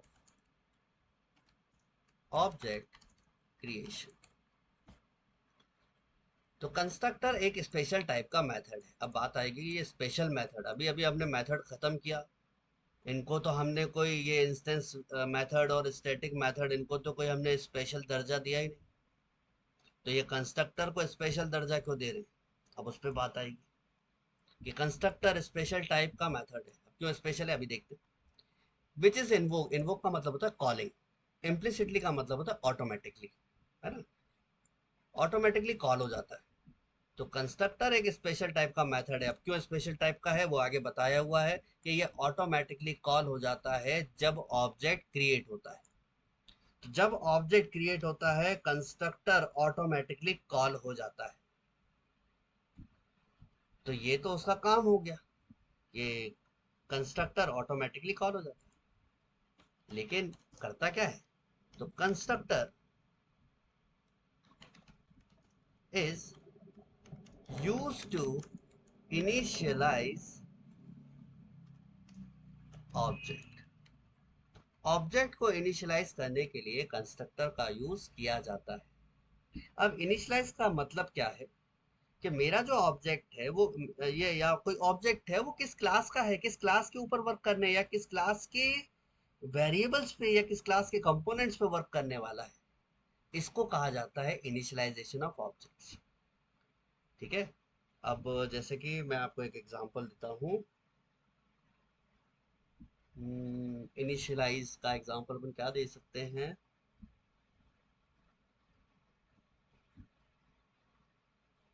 चलो याद आता है, मैं एक बार बताता हूँ एक जनरल से एग्जांपल का। जैसे कि मैं चेयर पे बैठा हूँ, तो ये चेयर कहाँ रखी थी? बाजार में रखी हुई थी, है ना? मार्केट में रखी थी, वहां से मैं खरीद के लाया, सिंपल सी बात। चेयर पे अच्छा, ये चेयर मैं अपने घर पे लेके आया, मतलब मैं अब इस चेयर को अपने घर के अंदर यूज कर सकता हूँ। तो मैंने चेयर को इनिशियलाइज कर दिया, किसके लिए? अपने घर के लिए, कि मेरे घर में ही मैं चेयर का यूज कर सकता हूँ। तो ऑब्जेक्ट को इनिशियलाइज करने का मतलब, ये ऑब्जेक्ट किसका है और किस लिए इनिशियलाइज, किसके लिए इनिशियलाइज किया जा रहा है, या किसके लिए यूज करने लायक बनाया जा रहा है। That is called initialisation of matter. तो constructor is use to initialise object. Object को इनिशियलाइज करने के लिए कंस्ट्रक्टर का यूज किया जाता है। अब थोड़ा सा ऊपर चलेंगे, थोड़ा सा ऊपर चलेंगे यहाँ पर। अब मैं वापस लेके आता हूँ इंस्टेंस वेरिएबल पे आपको। इंस्टेंस वेरिएबल की डिपेंडेंसी क्या थी? ऑब्जेक्ट्स पे। और इंस्टेंस वेरिएबल को मेमोरी कब मिलती थी? जब ऑब्जेक्ट बनेगा। जब ऑब्जेक्ट बनेगा तब इंस्टेंस वेरिएबल को मेमोरी एलोकेट होगी। वापस चलते हैं नीचे। यहां पर भी बात किसकी हो रही है? ऑब्जेक्ट बनेगा, या ऑब्जेक्ट बनने का कोई टाइम। या ऑब्जेक्ट बनने के दौरान कंस्ट्रक्टर कॉल हो जाता है, ऑटोमेटिकली कॉल हो जाता है। अब भाई ऑब्जेक्ट कब बनेगा? जब कंस्ट्रक्टर कॉल होगा, और जब कंस्ट्रक्टर कॉल होगा तब ऑब्जेक्ट बनेगा। इसका मतलब है कि उस टाइम पे इंस्टेंस वेरिएबल को मेमोरी मिलेगी। तो इसको हम ऐसा भी बोल सकते हैं कि constructor is also used to initialize instance variables। सही है, constructor is also use to initialize instance variables. तो ये दो पॉइंट आपको ध्यान रखना है, constructor is use to initialize objects and constructor is use to initialize instance variables. अब इन तीनों पॉइंट को हमें जस्टिफाई करना है by the help of example. लेकिन एग्जांपल से पहले वापस हम आते हैं types of constructor. Types of constructor में पहला टाइप है जिसको बोलते हैं डिफॉल्ट कंस्ट्रक्टर, और दूसरा टाइप है जिसको हम बोलते हैं user defined constructor. Default constructor क्या है? अगर आपने प्रोग्राम में कंस्ट्रक्टर नहीं बनाया है तो कंपाइलर कंपाइल टाइम पे डिफॉल्ट कंस्ट्रक्टर क्रिएट कर देता है। ओके, जब आपने अपने प्रोग्राम में अपने क्लास के अंदर कंस्ट्रक्टर नहीं बनाया है तो कंपाइलर कंपाइल टाइम पे एक खाली कंस्ट्रक्टर बना के दे देता है, जिसको क्या बोलते हैं हम? Default constructor. तो डिफॉल्ट कंस्ट्रक्टर कौन बनाता है? कंपाइलर।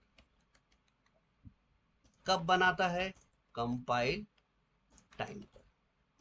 और कैसा बनाता है? Zero parameterised. जीरो पैरामीटराइज्ड, ठीक है। अब नेक्स्ट आता है यूजर डिफाइंड कंस्ट्रक्टर। अब नाम से समझ में आ रहा है, यूजर डिफाइंड मतलब वो कंस्ट्रक्टर जिसको कौन डिफाइन कर रहा हो? यूजर। तो भाई यूजर डिफाइंड कंस्ट्रक्टर कौन बनाएगा? यूजर। कब बनाएगा वो तो बात ही छोड़ दो, वो तो जब प्रोग्राम लिखेगा तो बना देगा। अब वो कैसा बनाएगा? अब भाई यूजर डिफाइंड कंस्ट्रक्टर है तो यूजर चाहे तो वो जीरो पैरामीटर लगा दे या मोर पैरामीटर लगा दे। पैरामीटर का मतलब, पैरामीटर का मतलब, ओहो मैंने स्पेलिंग गलत लिख दी, मीट किया। पैरामीटर का मतलब क्या है? ये अभी हमने एक अच्छा पैरामीटर मैंने आपको नहीं बताया मेथड में। पैरामीटर जो आप पैरेंथेसिस पार्ट में जो वैल्यूज आप देना चाहते हो कि मेथड को मुझे कॉल करना है और कॉल करने के दौरान एक वैल्यू प्रोवाइड करनी है, तो वो कहलाता है पैरामीटर। तो default constructor and user defined constructor. Point number one पे आते हैं, सॉरी एग्जांपल वन। जैसे कि ये मेरा एक प्रोग्राम है, इसमें हटा देता हूँ मैं इसको।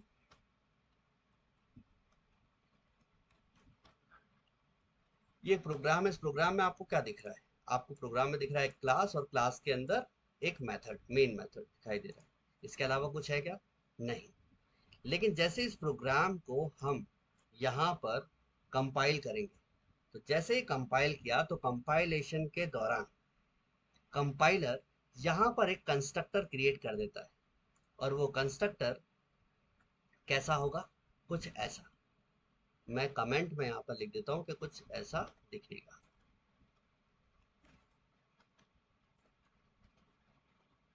Test parenthesis curly bracket on curly bracket off. तो जैसे कंपाइल करेंगे तो कंपाइलर ऐसा एक कंस्ट्रक्टर क्रिएट कर देगा, खाली कंस्ट्रक्टर। अब यहां पर बात करें इसके रूल्स की। Rule number one, constructor name and class name must be same. Constructor name and class name must be same. Constructor का नाम और क्लास का नाम सेम होना चाहिए। अब यहाँ पर एक और पॉइंट आया कि आपने अभी मैंने बताया था मेथड में रिटर्न टाइप होता है, तो क्या सर कंस्ट्रक्टर में रिटर्न टाइप होता है? आंसर है नहीं। तो constructor doesn't have return type. तो कंस्ट्रक्टर में रिटर्न टाइप नहीं होता। तो दो रूल आपको याद रखने हैं। तो अब देखिए कंपाइलर ने जो कंस्ट्रक्टर बनाया वो कैसा है?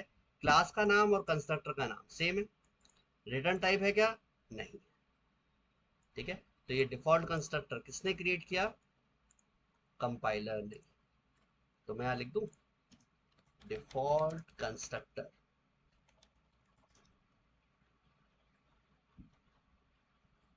अब यूजर डिफाइंड कंस्ट्रक्टर, यूजर अपने अकॉर्डिंग कंस्ट्रक्टर बना सकता है। तो ठीक है, यहां पर मैं ऐसा लिख देता हूं। आपको एक कंस्ट्रक्टर दिखाई दे रहा है प्रोग्राम? तो हाँ सर, बिल्कुल दिखाई दे रहा है। तो कंस्ट्रक्टर अगर आपको दिखाई दे रहा है, इसका मतलब है कि मैंने बनाया है। अब मैंने बनाया मतलब यूजर डिफाइंड कंस्ट्रक्टर। अब यूजर डिफाइंड कंस्ट्रक्टर है, तो अभी काम करते हैं। यहाँ पर मैं कोई मैसेज लिख देता हूँ।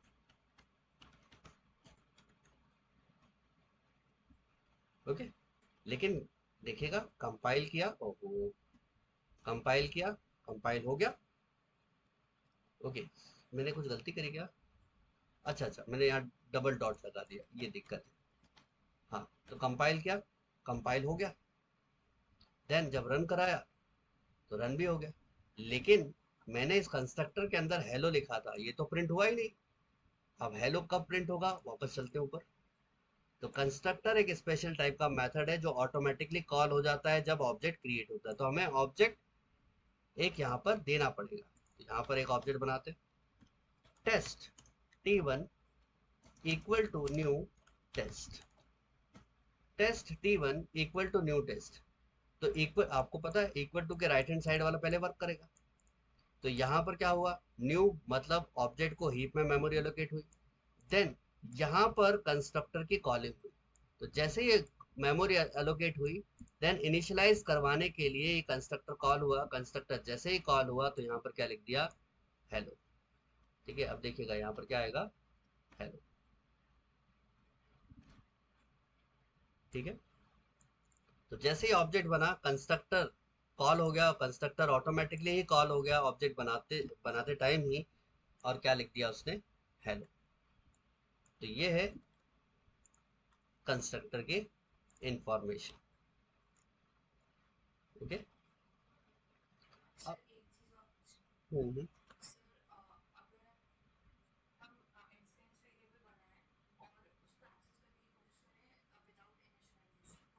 क्या क्या बोल रहे? क्या बोल रहे?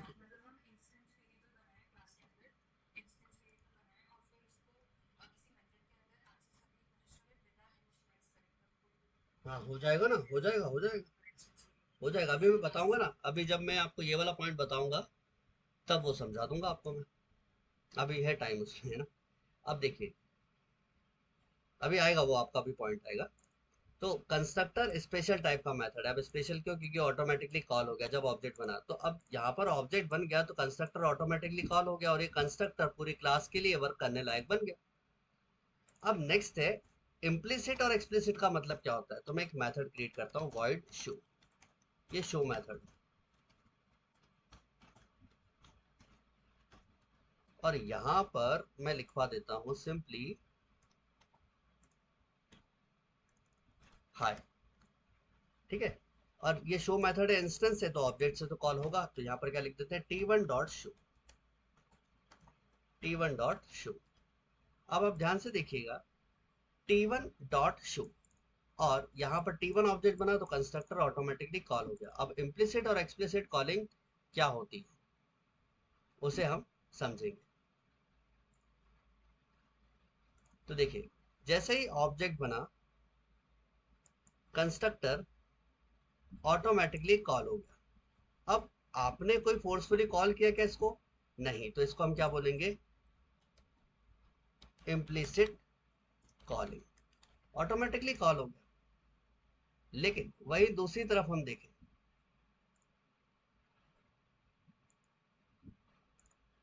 कि T1 डॉट शो, T1 और यहां पर क्या लगा हुआ है? डॉट।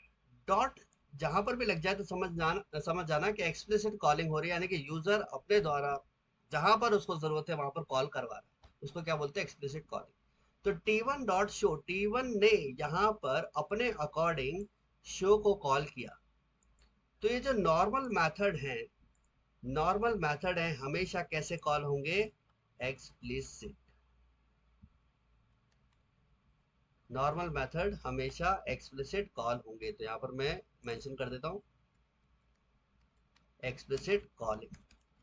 तो हम स्पेशल क्यों बोल रहे हैं, क्योंकि कंस्ट्रक्टर ऑटोमेटिकली कॉल हो रहा है जब ऑब्जेक्ट बन रहा है, और कोई मेथड एक्सप्लिसिट कॉल होता है, यानी कि यूजर अपने अकॉर्डिंग प्रोग्राम में जहां पर उसको कॉल करवाना है या जहां पर उसको लॉजिक्स को यूज करना है अपने अकॉर्डिंग कर सकता है। तो उसको क्या बोलेंगे, एक्सप्लिसिट कॉलिंग। और एक्सप्लिसिट कॉलिंग के लिए क्या आपको देना पड़ता है, वो है ये डॉट। डॉट को हम क्या बोलते हैं, एक्सप्लिसिट कॉल करने के लिए यूज करते हैं। Done, clear. तो इम्प्लिसिट और एक्सप्लिसिट कॉलिंग, जिसकी वजह से ये कंस्ट्रक्टर क्या है, स्पेशल टाइप का मेथड। आप देखो ध्यान से और भी चीजें देख लीजिए। शो के बाद क्या लगा हुआ है, पैरेंथेसिस, और टेस्ट के बाद भी क्या लगा हुआ है, पैरेंथेसिस। पैरेंथेसिस लगा है मतलब ये क्या है, मेथड है ना। वेरिएबल के आगे तो मेथड वो पैरेंथेसिस लगता नहीं, ब्लॉक के आगे नहीं लगता, इनर क्लास के आगे नहीं लगता, किसके आगे लगता है, किसी मेथड के आगे ही पैरेंथेसिस यानी कि ग्रुप ऑफ स्मॉल ब्रैकेट ही लगता है। तो कंस्ट्रक्टर के आगे भी स्मॉल ब्रैकेट का ग्रुप पेयर लगा हुआ है। तो ये के भी क्या है, मेथड, तो इसलिए इसको क्या बोला जा रहा है, स्पेशल टाइप का मेथड। डन। तो इम्प्लिसिट और एक्सप्लिसिट कॉलिंग, ये आपको याद रखना है। तो ये हुआ एग्जांपल। नाउ नेक्स्ट, अब एग्जांपल 4 पे आते हैं। मैं यहां पर दो कंस्ट्रक्टर क्रिएट कर रहा हूं, और मैं यहां पर लिख देता हूं कंस्ट्रक्टर 1, और मैं एक और कंस्ट्रक्टर बना रहा हूं। ये जो कंस्ट्रक्टर है वो 1 पैरामीटराइज है, एक पैरामीटर में इसमें दे देता हूं इंट ए। मतलब जब ये कंस्ट्रक्टर हमें इस कंस्ट्रक्टर से अगर इनिशियलाइज करवाना है, तो हमें आर्गुमेंट में एक वैल्यू भेजनी पड़ेगी, एक इंटीजर वैल्यू भेजनी पड़ेगी। ठीक है, तो मैंने T1 ऑब्जेक्ट बनाया, कंस्ट्रक्टर से कॉल करवा लिया, और हमने T2 ऑब्जेक्ट बनाया, और हमने 1 आर्गुमेंट कंस्ट्रक्टर से इनिशियलाइज करवा लिया। तो यहाँ पर ध्यान रखिएगा, ये T1 और T2 ये दो अलग अलग ऑब्जेक्ट है। T1 ऑब्जेक्ट किससे इनिशियलाइज हो रहा है, जीरो पैरामीटराइज कंस्ट्रक्टर से, मतलब इससे। T2 ऑब्जेक्ट किससे इनिशियलाइज हो रहा है, 1 पैरामीटराइज कंस्ट्रक्टर से, मतलब इससे। तो ये दोनों ऑब्जेक्ट क्या हैं, अलग अलग।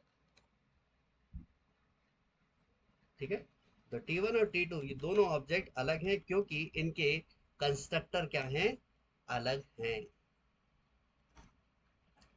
ओके, कंस्ट्रक्टर की स्पेलिंग गलत हो गई, आर गायब हो गया। तो कंस्ट्रक्टर 1 और कंस्ट्रक्टर 2 ये प्रिंट हो गया।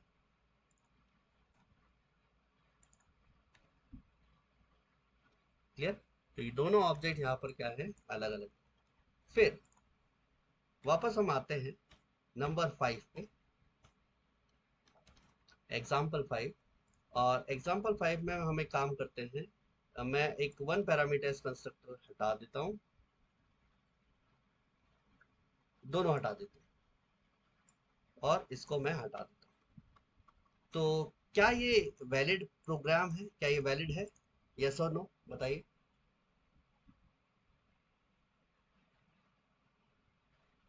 हाँ जी, क्या ये वैलिड है, क्यों वैलिड है, कंस्ट्रक्टर तो है नहीं और आपने ऑब्जेक्ट बनाया। Very good. तो T1 किससे इनिशियलाइज हो रहा है, जीरो पैरामीटराइज कंस्ट्रक्टर से, और लेकिन जीरो पैरामीटराइज कंस्ट्रक्टर तो है ही नहीं। तो यहाँ पर कंपाइलर ने कंपाइल टाइम पे एक डिफॉल्ट कंस्ट्रक्टर क्रिएट कर रखा है, अभी बताया था मैंने एग्जाम्पल 1 में। डिफॉल्ट कंस्ट्रक्टर कुछ ऐसा दिखता है, जीरो पैरामीटराइज। तो हमने जो ऑब्जेक्ट बनाया है वो जीरो पैरामीटराइज कंस्ट्रक्टर से इनिशियलाइज हो रहा है। तो ये प्रोग्राम पूरी तरीके से क्या है, वैलिड। देखिए कंपाइल भी हो रहा है और रन भी हो रहा है, मतलब कहीं एरर नहीं आया, इसका मतलब क्या है, ये वैलिड। ठीक है,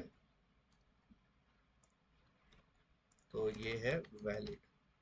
नंबर 6 पे आते हैं, वैलिड इनवैलिड पहचानना अभी हम सीख रहे हैं। नेक्स्ट हम आते हैं, नेक्स्ट है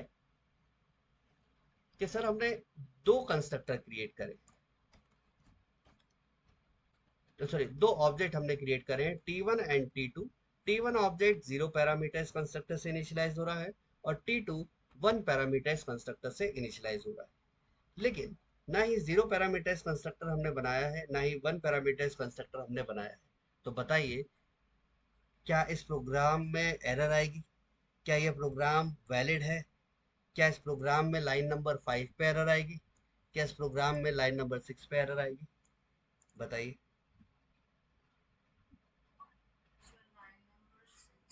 लाइन नंबर 6 पे आएगी एरर। चलिए कंपाइल, एक ही एरर आई है, वन एरर। कहां पर आई है? लाइन नंबर 6 में। Very good. तो ये जो है T1 object initialize through default constructor and there is no one parameterized constructor here। तो यहां पर क्या आएगी? एरर। क्लियर? तो ये प्रोग्राम क्या है? इनवैलिड है। चलिए और पहचानते हैं वैलिड या इनवैलिड।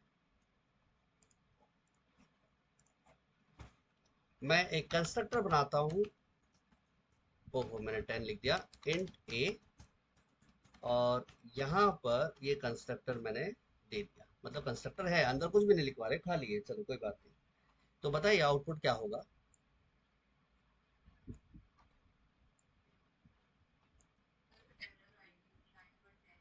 लाइन नंबर 10 पे एरर आएगी।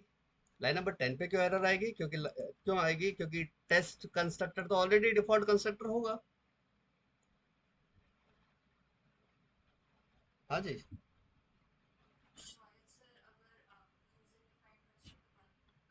Very good, very good. सही आंसर है आपका। If there is any user defined constructor in class, then compiler doesn't create default constructor। That's why इस लाइन में क्या दे देगा? एरर। लाइन नंबर 10 में देखिएगा आपको क्या मिलेगा? एरर। कंपाइल, एंड देखिए एक एरर आया। कहां पर आया? लाइन नंबर 10 पे। लाइन नंबर 10 कौन सा है? ये डिफॉल्ट कंस्ट्रक्टर। आप सोच रहे थे कि डिफॉल्ट कंस्ट्रक्टर से इनिशियलाइज होगा, लेकिन होता नहीं। अगर प्रोग्राम में एक भी यूजर डिफाइंड कंस्ट्रक्टर है, तब कंपाइलर कंपाइल टाइम पे डिफॉल्ट कंस्ट्रक्टर क्रिएट नहीं करता। आया समझ में? तो ये एग्जांपल हो गया 7। तो यहाँ पर हमने समझा कि ऑब्जेक्ट कैसे इनिशियलाइज होगा, किस कंस्ट्रक्टर से इनिशियलाइज होता है, किससे नहीं होता है, क्या एरर आएगी और कहाँ पर वैलिड है। अब आते हैं जो पॉइंट नंबर 3 है, constructor is also use to initialize instance variable. Constructor is also use to initialize instance variable. तो कंस्ट्रक्टर इंस्टेंस वेरिएबल को भी इनिशियलाइज कर देता है। चलिए देखते हैं, एग्जाम्पल यहाँ पर क्रिएट करें। मैं यहाँ पर अभी डिफॉल्ट कंस्ट्रक्टर ही मेंशन कर देता हूँ।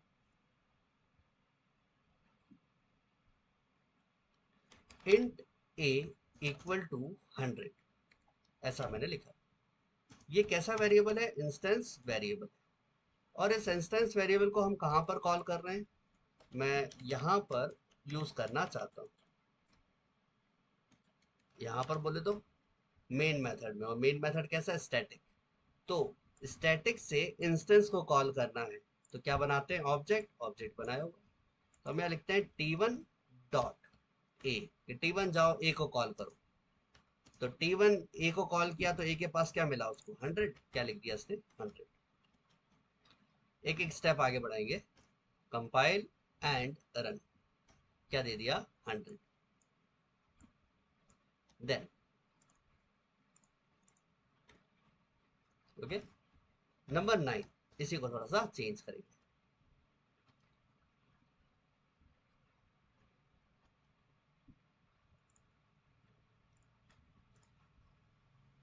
अब सर, अगर मैं इसको इनिशियलाइज ही नहीं कर रहा हूँ, सिर्फ डिक्लेयर कर रहा हूँ, तो मैंने 100 लिखा ही नहीं। यहाँ पर 100 लिखा ही नहीं है, इंट ए लिख दिया बस। और हम बोल रहे हैं कि टी वन जाओ ए को प्रिंट कराओ, अब ए के पास तो कुछ है नहीं तो क्या प्रिंट कराएगा बेचारा। तो इस केस में ध्यान रखिएगा यहाँ पर क्या आएगा, 0। कंपाइल। ओके, एक गलती गलती करी क्या, हाँ ओके, अरे ये मेन मेथड का मैंने ब्रैकेट गायब कर दिया। Compile and run. तो देखिए क्या दे रहा है, 0। तो सर यहाँ पर तो कुछ इसके पास वैल्यू है नहीं, तो ये 0 क्यों दे रहा है। अब इसके पीछे का रीजन लेके आते हैं। नंबर 10, यानी उसका आपका ही आंसर चल रहा है ना, आपका क्वेश्चन आपने जो पूछा था उसी के आंसर अब चालू कर दिया। अब सर यहाँ पर 0 कैसे आया, वापस थोड़ा सा ऊपर जाएंगे और यहाँ लिख देंगे कि constructor is also use to initialize instance variable by default values. अब डिफॉल्ट वैल्यूज कौन कौन सी हैं, डिफॉल्ट वैल्यूज अगर आप बाइट, शॉर्ट, इंट, लॉन्ग का यूज कर रहे हो तो डिफॉल्ट वैल्यू क्या है, 0। अगर आप फ्लोट, डबल का यूज कर रहे हो तो डिफॉल्ट वैल्यू 0.0। अगर आप कैर का यूज कर रहे हो तो स्पेस। अगर आप स्ट्रिंग का यूज कर रहे हो तो डिफॉल्ट वैल्यू नल। अगर आप बुलियन का यूज कर रहे हो तो डिफॉल्ट वैल्यू फॉल्स। तो compiler is use to initialize instance variable by default values, और ये रही डिफॉल्ट वैल्यूज। तो इन डिफॉल्ट वैल्यू से इनिशियलाइज कर देगा। तो यहाँ पर ए के पास कोई वैल्यू नहीं थी, तो कंस्ट्रक्टर ने इस ए को किससे इनिशियलाइज कर दिया, डिफॉल्ट वैल्यू से। वो डिफॉल्ट वैल्यू किस पे डिपेंड है, इसके टाइप पे। टाइप क्या है इसका, इंट। इंट है तो इस पे वैल्यू क्या दे दी, ए इक्वल टू 0। अब कैसे दी, उसके लिए मैं कंस्ट्रक्टर क्रिएट करता हूँ, यूजर डिफाइंड कंस्ट्रक्टर। अब ध्यान से देखिएगा हुआ क्या, पर्दे के पीछे की कहानी। सबसे पहले मेन मेथड कॉल हुआ, अंदर गया, ऑब्जेक्ट बना। ऑब्जेक्ट बना तो क्या कॉल हुआ, कंस्ट्रक्टर। अब यहाँ पर कंस्ट्रक्टर कॉल हुआ, कंस्ट्रक्टर कॉल हुआ तो देखा कि ऐसा कौन सा इंस्टेंस वेरिएबल है जो इनिशियलाइज नहीं हुआ, तो मिला ए। तो ए को डिफॉल्ट वैल्यू से इनिशियलाइज कर दिया। तो ए को डिफॉल्ट वैल्यू से इनिशियलाइज कर दिया, और ये जो वैल्यू कहाँ पर अपडेट कर दी, इस ए में। तो ये जो ए है इसकी वैल्यू अब क्या हो गई है, इंट ए इक्वल टू 0। ठीक है। फिर हमने नेक्स्ट स्टेप में पूछा कि t1 डॉट ए, t1 जाओ ए को कॉल करो। तो t1 ए को कॉल करने गया तो इसको क्या मिला, ए की वैल्यू क्या है, 0। इस वजह से यहाँ पर आंसर कितना मिल रहा था हमें, 0। डन। अब चाहो तो स्क्रीनशॉट ले लीजिएगा इसका। ठीक है।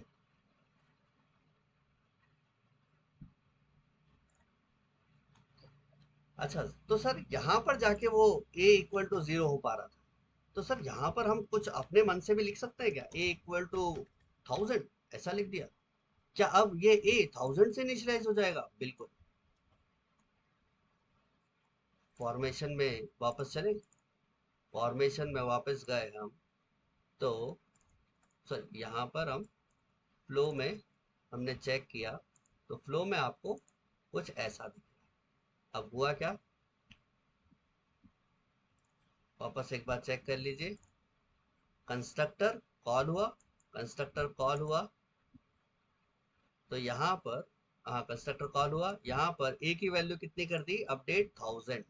तो यहाँ पर ए की वैल्यू कितनी हो गई है अब, 1000। अब फिर पूछा कि ए, t1 डॉट ए, t1 ने पूछा कि ए बता तेरे पास वैल्यू क्या है, तो अब क्या दे दिया उसने, 1000। ठीक है। अब ए की वैल्यू क्या हो चुकी है, 1000 हो चुकी है। चलिए देखें, कंपाइल एंड रन, कितना आ गया, 1000। तो constructor is also use to initialize instance variables. Instance variable को इनिशियलाइज करने के लिए कौन रिस्पॉन्सिबल है? कंस्ट्रक्टर। तो ये था हमारा पार्ट कंस्ट्रक्टर का।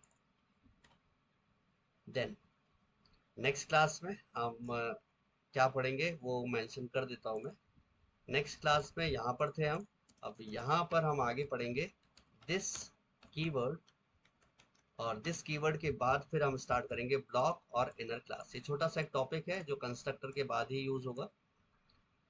देन हम पढ़ेंगे ब्लॉक्स देन इनर क्लास। ठीक है, तो आज की क्लास को यहीं पर एंड करते हैं। Thank you all the